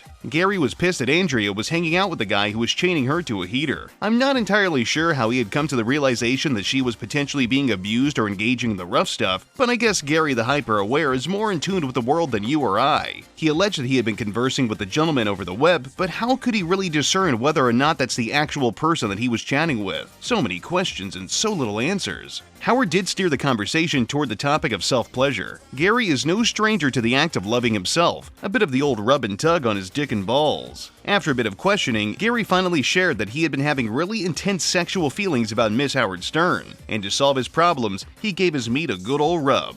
No, but I'm saying when you were playing with yourself, what did you imagine? Was it you and Miss Howard Stern in bed? Yes. You were in bed? Yes. What were you doing to her? Screwing her. Screwing her? Yeah. Oh, my God. Hardcore and kissing her? Yes. Hardcore kissing and sex. Gary had also recently made an appearance at a comedy show in Texas. He had been gauging the crowd and determining whether or not he could say or do certain things to garner a few giggles from the viewers. After careful consideration, finger counting, complex equations, and determined dissection, Gary opted to say the N-word on stage. That was probably the most calculated decision he had ever made, and by God, what the fuck kind of choice was that? For reasons that should probably not surprise you, Gary was subsequently removed from the stage. I'm sure he totally understands just how much weight is behind that word and the type of reactions that it tends to attract. Recently, you were at a comedy show in Texas. You got on stage and you used the N-word. Right. You called the audience. You told the audience the N-word. Is that right? And and you were thrown right off the stage. No, I wasn't. Yes, you. What was the word you said? I don't remember. You said the N-word. Right. And they threw you off the stage. Why were you saying that? That's what we talk about on comedy shows. Really? No. All right. Well, you can't use that word on stage, Gary. I was going to tell you that. It's a comedy show word? Yes. Anyway, let's get back onto the fun stuff. In walked in the first guy that Gary ever met, the doctor that helped bring him into this world by grabbing Gary's noggin during birth and yanking him out with ease. This doctor was totally not Richard Christie in a Party City costume, right? Gary did not remember this doctor, mainly because they had first made contact with each other 56 years prior, so it's understandable for Gary to not recall having met this particular person. Well, that and perhaps it wasn't the actual doctor, but Gary didn't know that, so, well, you know. The doctor confirmed that he had met Gary as an infant by recalling the day of his birth. Unfortunately for Gary the newborn, he was quite slippery when he was escaping his mother's greasy crevice, slipping right out of the doctor's hands and dropping Gary on his head, much to Gary's shock. This turned out to be the actual reason why Gary was intellectually disabled, at least according to the doctor. He's the one who went to school and studied all kinds of medical shit for years, not me, so I'll take his diagnosis seriously. I feel he's earned his credentials. Gary was quite the brilliant little creature when he was born, according to the doctor, as he was performing math problems, reciting Shakespeare, and creating beautiful paintings. But that goddamn hard-ass floor undid all of that. Gary was ready to sue the quack for dropping him on his melon, but the doctor had some relieving news that could potentially undo all of these harsh feelings. He had discovered a method to reset Gary's brain. Well, in a sense. He could easily reverse the effects of his mental issues by tapping on the reset button. But where is this button, you might ask? Let's hear the doctor's synopsis. Gary, we have found a way to make you no longer retarded. No. Oh, really? Advances in science. Nope. You don't want it, Gary? Nope. You don't want to be smart? I want to stay with Howard no matter what. Gary, the procedure is very simple. Takes about 5 minutes. We found that if you push, there's a retarded button on your prostate.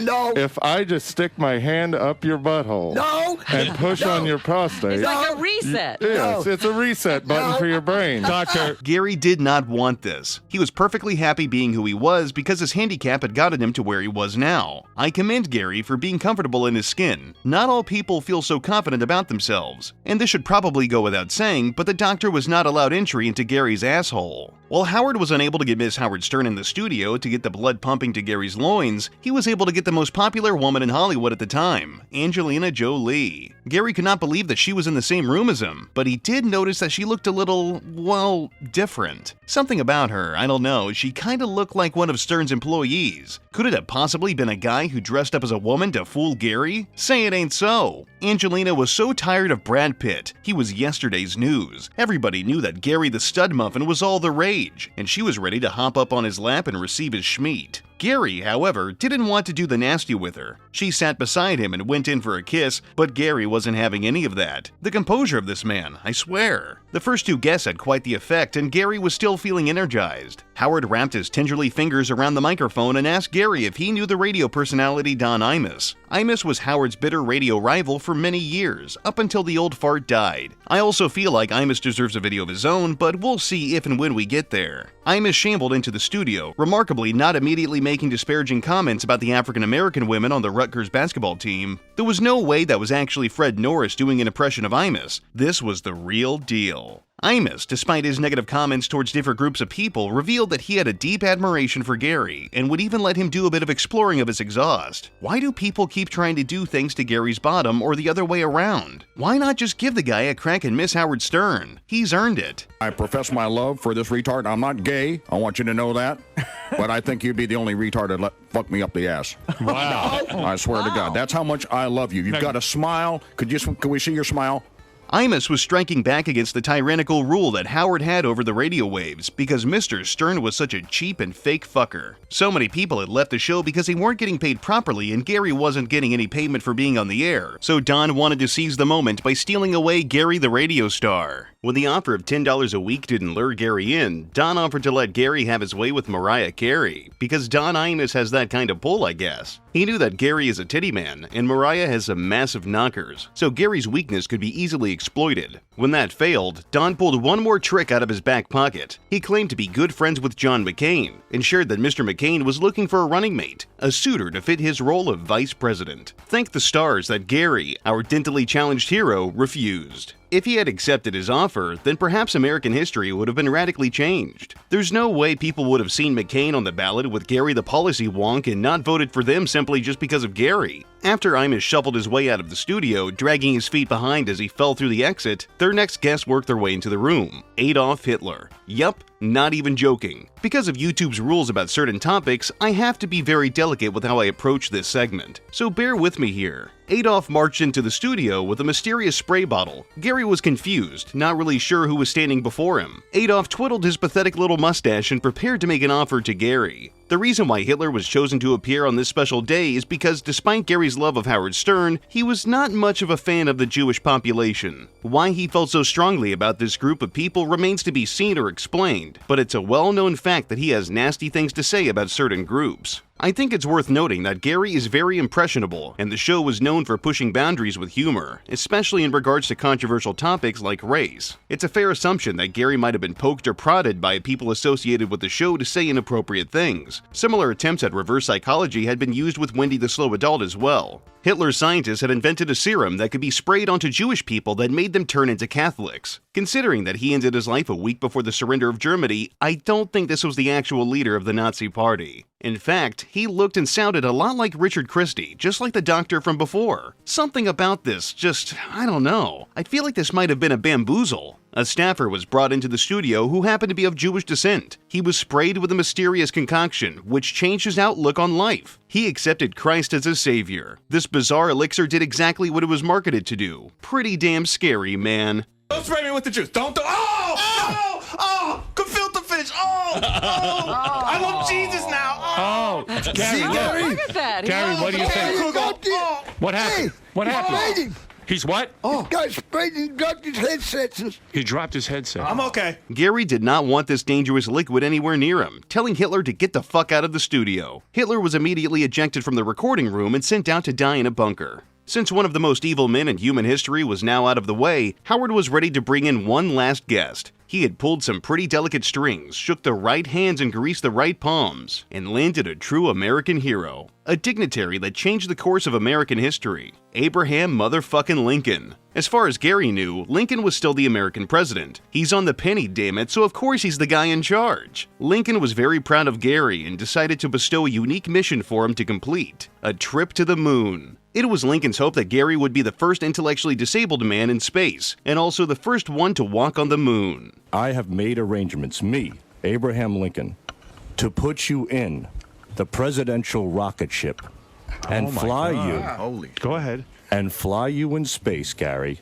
But not only that, today you officially will be the first retard ever to walk on the moon. Gary was immediately turned off of the idea because the rocket ship in the room was a bit cramped. He didn't think he'd be able to fit in the damn thing. Why must he question the quality of American engineering? Does he not believe the moon landing actually happened? Gary was adamant that this mission was not something that he alone could complete, but everyone else had a deep, unshaken faith in his ability to conquer the quest that stood before him. Various staffers entered the studio to help Gary climb into the haphazardly assembled spaceship. It really was a team effort to get him into the spacebound transport. Quite frankly, I have to question the morality and legality of forcing a disabled man to be launched into space. A countdown was started, and Gary was propelled into the dark depths of the cosmic emptiness, course set for the galaxy's largest stockpile of cheese. He screamed and yelled as he was launched toward the moon, the sound of the thrusters rattling his brain. He arrived at his destination, deep into the far recesses of the cold, unrelenting emptiness of space. After exiting his spacecraft, he discovered that there was freshly sliced cheddar cheese on a nearby rock. Alongside a Playboy magazine, aliens had certainly been here to harvest some fine-aged milk and crank their triple extraterrestrial hogs. You like what I did there? I'm pretty proud of it. Gary's mission parameters were updated. He was instructed to eat the cheese. If not, he could also acquire it and bring it on his voyage back to Earth, wherein Howard could eat it and verify that it was in fact moon cheese. After his brief visit to the rock in the sky, he returned to his home planet and handed Howard the cheese that he had been sent to retrieve. All things considered, this was an amazing and exciting birthday. He met his birth doctor, Angelina Jolie, Don Imus, Hitler, Abraham Lincoln, and went further than any disabled man had ever gone before. Gary had completed his adventure. He is truly Gary the Conqueror. Gary's affinity for the show would be put to the test on February 3, 2011, during one of his usual appearances. Unbeknownst to him, Howard had been scheming on how he could trick our favorite slow adult. His plan was simple. He'd have one of his staff come in, pretend to shoot him with a gun, and Gary would have to take down the robber, if he would even manage to, that is. Stern and his co-hosts were taking bets on whether or not Gary would even defend Howard in a hypothetical robbery. You can tell their standards were quite high. Gary was his usual chipper self, sharing that he wanted to catch up with his old friend, as Howard had been flip-flopping on his potential decision on staying or leaving Sirius, as another 5-year contract was looming over his head. If anybody could set Howard back on track, it's Gary the radio engineer. He spent most of his life listening to the radio, so he knows what it takes to be successful in that industry. He also demanded that Robin leave her little booth and join him in the studio, but Robin never played fair. It's probably because she couldn't risk falling for his advances, as Gary is quite the charming and convincing gentleman. He also brought along an exotic dancer, Tally DeMar, so honestly he didn't need any romantic attention from Robin if he already had her. They had just met that morning, but it was clear that she was obviously using him to promote her business in any way, shape, or form that she could. Well, I guess it'd help if he could remember her name, but you know. Another guest was also scheduled to come in, Janesse Brazil, who was quite the popular penthouse model for her time. This is yet another woman who would have to valiantly fight tooth and nail to reject Gary's smooth plays. Gary was carefully brought into the studio. Everyone did their best to avoid setting him off so he'd have enough emotion for the big event that was coming his way. Howard brought up that Gary had been doing an online radio show every Thursday, much to Gary's chagrin, as he was not satisfied with the final product. People were incapable of meeting Gary's demands, causing a notable amount of ire between him and his bosses. They weren't handling the show in the way that he wanted, particularly with how many live camera feeds were visible in the broadcast. He felt that he should be the star of the show, and the numerous other cameras were stealing his thunder, so they had to go.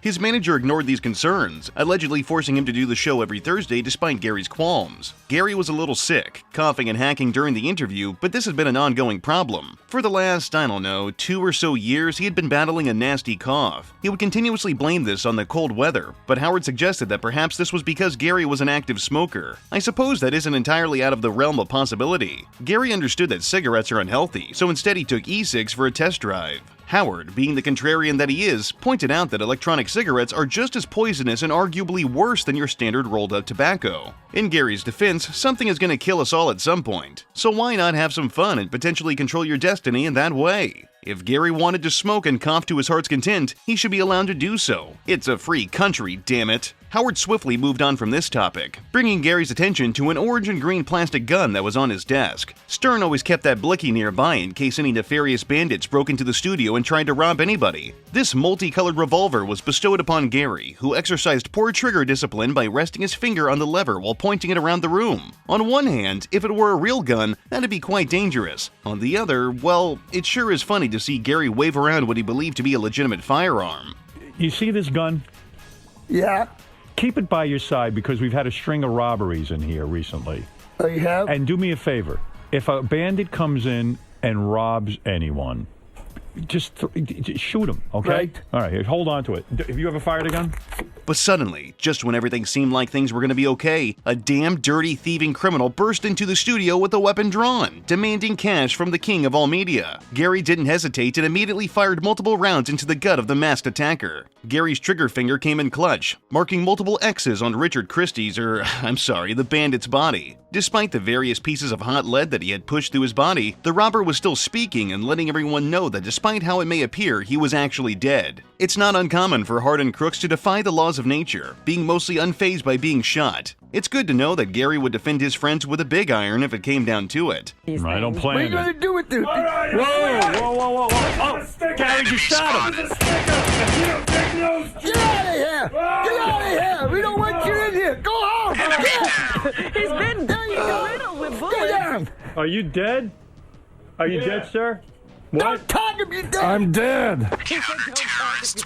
Not many people bend as far backward as Gary the Gunslinger, so we should all appreciate the sacrifices he has made over the years. The topic was changed to Gary's involvement with Tally. During this back-and-forth exchange with Howard, Gary shared that he, Gary the main attraction, was hired by a strip club in Long Island to promote their club. I guess hiring a mentally disabled man to showcase your new dancer establishment is a move of sorts, just not a very well thought out one. But it did get it some airtime on the Stern Show, so yeah. Tally was there to give the listeners and eventual viewers an idea of what to expect, so we just have to accept that we're never going to see spicy footage of Gary throwing it back. When asked how much he was going to make from the appearance, Gary figured somewhere around $200, which honestly seems pretty low for someone you just flew across the country to show at your titty bar, but what do I know? There's a reason why I'm involved in the YouTube game and not the strip club business. Then again, they were exposing him to some naked women, so I guess that is a form of payment too. Howard segued from this, bringing up that they had an attractive woman in the green room who was willing to play a game of trivia with Gary. If he got a question right, he'd get to fondle her breast for a moment. Gary the Heartbreaker did not waste any time voicing his opinion on the matter. He just wanted to squeeze some boobies, dude.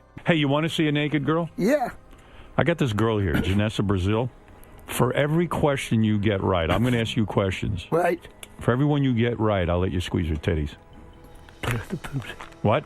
Play with the boobs. You want that? Yeah. Janessa entered the studio in a form-fitting outfit, even expressing that she was fine with Gary feeling her up. Given that she worked in adult entertainment, she has undoubtedly let other far more reprehensible people do things to her for financial gain, so Gary was harmless in the grand scheme of things. But hold the phone. Who gives a fuck about Janessa? Someone was calling in and stating that the Gary in the studio was not the sweet guy that we know and love. Hello? Hello? Hey, how you doing, Howard? Hey. It's Gary the Retard. Hello? The guy sitting here claims he's Gary the Retard. No, wait, that's not Gary the Retard, Howard. I'm Gary the Retard. Who the fuck is that guy up there? Gary wasn't gonna take this shit. He knew that it was some asshole on the phone doing a really good impression of him. But what if Gary was wrong? What if it was him from a parallel universe? Or maybe from the future? There's so many possibilities to consider. I mean, that really does sound like him on the phone. It's not like someone would call in and try to fuck with him, right? Unfortunately, there was never any confirmation regarding the person on the phone. I've had many sleepless nights, worried that Gary the doppelganger might show up and take our special boy away from us. Eventually, after 20 minutes of not giving Gary the attention he deserved, Howard moved the conversation back onto the game that Gary and Janessa were supposed to play. The first question was whether or not Gary could identify spoken Chinese out of 5 audio clips of various spoken languages. I don't know, man. These are pretty tricky. The first voice. Buenos días, esto es Armando. Hace mucho frío aquí en Florida. This is the second voice. Triste parce que je... This is the third voice. Die Maschine schien das Gebäude fast zu durchschlagen. Die Flugzeuge waren... And this is the fourth voice. Gary listened to each clip attentively, searching for any clear indications of the Chinese dialect that he could identify. Some booby touching was on the line, so this was dead serious. Gary heard the first clip and immediately declared that it was Chinese, and even offered his own interpretation of the spoken language. Keep in mind, this man is disabled, so please don't take offense to this. Buenos días, esto es Armando. Hace mucho frío aquí en Florida. Is that Chinese? Yes. That's Chinese. You're willing to stick with that. Let me hear it again. Chinese. They tried again with French audio, and unsurprisingly, he confused it for being Chinese as well. I'm starting to think that maybe Gary isn't familiar with other languages, but I could certainly be wrong. Who am I kidding? They tried the German audio clip and he immediately assumed that it was Chinese as well. It was starting to appear that maybe Gary wasn't going to get to fondle some chest pillows. Howard conveniently played the Chinese audio, to which Gary confirmed with absolute certainty that he was listening to the Chinese tongue. As such, Janessa walked over to Gary with her fun bags out and let him give them a little grab. Hilariously enough, Gary wasn't too gentle when grabbing at her udders, probably because he was trying to make sure that they were actually real. The next batch of questions were whether or not Gary could identify an instrument based on its sound, and just like last time, there were 5 audio clips for him to listen to. Most people in the studio were betting on him being only able to identify one, but Fred Norris, who was tucked away in the back of the studio, exclaimed that he believed that Gary could probably point out at least 3 instruments accurately. Money was riding on this, so let's hope Gary will show his musical prowess. Gary's first guess was a trumpet. Care to listen to what he heard? I'm sure he got this one correct. Trumpet. Sorry? A trumpet? Did you say trumpet? Yeah. Fred, lock him in on trumpet. All right. That is wrong. So unfair. That was clearly a trumpet, not some fuck-ass violin. They played the same sound again, but this time he properly identified it as a violin, which meant that he could touch Janessa's body once more. The next question was a guitar, which he did not recognize. And after that was a flute that he mistakenly referred to as a trampoline. These are all honest mistakes. I mean, I also didn't get any of these right. After that, a trumpet was played into Gary the musician's ears, but he confusingly called it a trampoline again, which in actuality meant a trombone. But the judges accepted it because it was close enough. Howard tried to toy with him by playing a chicken sound, but Gary was far too smart for that, and damn it, he wanted to grab Janessa's delicate bits. The last question was whether or not Gary could identify the US anthem. I would show these clips, but I also don't need to get my butthole resized for copyright violations from some record label. However, Gary did properly point out the Star-Spangled Banner, and as such he got to give Janessa 6 slaps on the ass. Gary was winning big. All in all, this was a great day for Gary the Boob Squeezer. He got to stop a robbery, he answered some trivia questions and was paid with adult entertainment, and he got to hang out with Howard and Robin. Not many people get to have such awesome Thursdays. These days, the Stern Show has changed its image from being rambunctious and rebellious, challenging the status quo of the powers that control the radio industry, introducing freeform conversation and adult topics into the radio. It has become a shambling husk of its former self, almost unrecognizable despite the show's easily identifiable hosts. The humor has dried up almost entirely.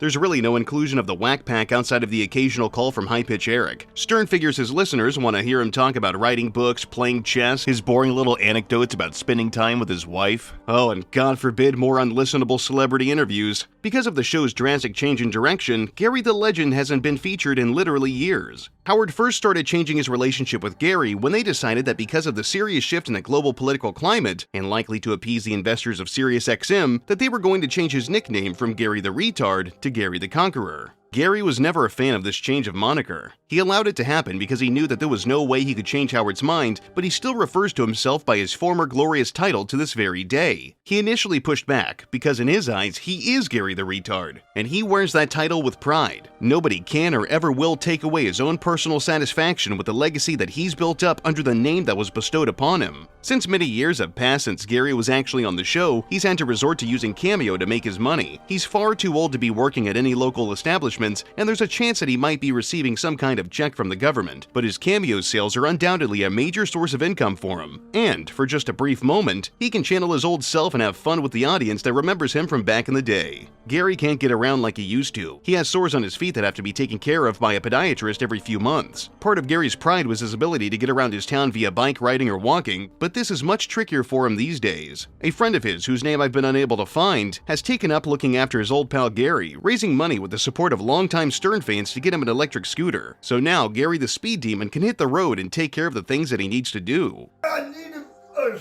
mobile scooter to get around so I can go over town and leave home. Get out of here.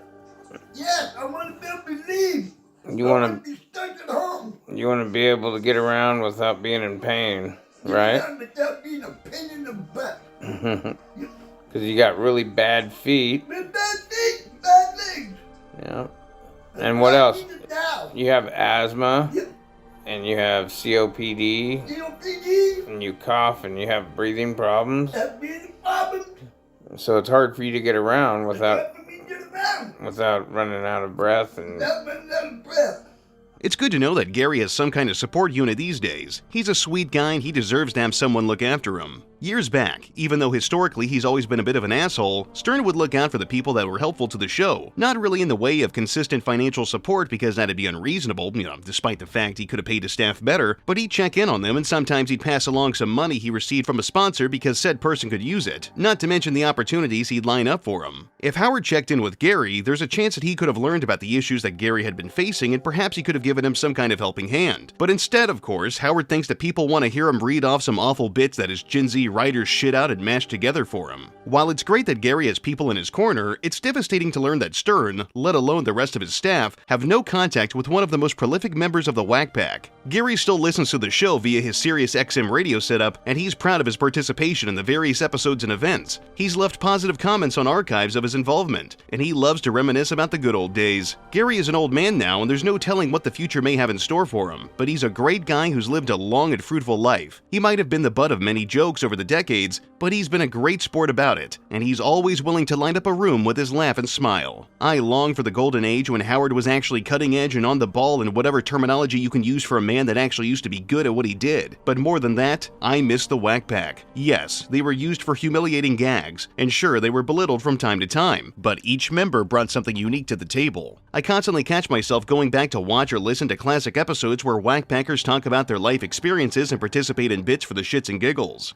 Gary was always a treat to listen to because unlike High Pitch Eric, who was constantly ridiculed, or Elephant Boy, who was always getting into some kind of peculiar sexual misadventure, Gary was just there to make you smile. He didn't have some kind of agenda or wanted to separate people from their hard-earned cash, he just wanted to spread love and cheer. His career has been a lengthy one. He's appeared on TV, movies, 101.1 KUFO for The Donkey Show, and worked the stage at various comedy circuits. He's distinguished and proud of his work, and he's still riding the high of being a frequent guest on the once legendary Howard Stern Show. I hope you guys enjoyed a brief period of looking into the life of Gary the Champion. He'll always be one of my favorite Wack Packers, and I'm hoping his story will inspire you to seek out archives of the Stern Show, you know, before it turns to some overly sanitized crap. Give Gary, Beetlejuice, High Pitch Eric, Fred the Elephant Boy, and more some of your time, and I promise you'll walk away with hilarious memories that you'll be coming back to for years to come. But that being said, that's going to be it for today's video. If you like what I do, leave a comment, rate, and subscribe. If you want to support me in a more personal way, you can check out the Patreon link and the Teespring link in the description. And I've also got a Newgrounds account if art stuff is your thing. I've got more content coming down the pipeline. But until then,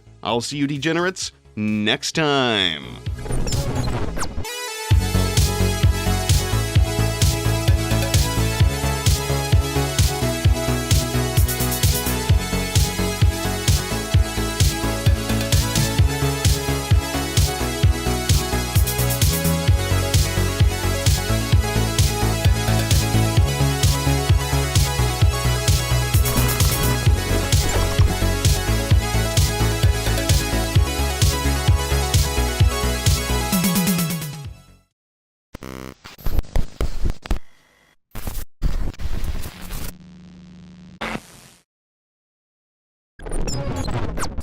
We'll do the follow-up. Say bye. Say bye.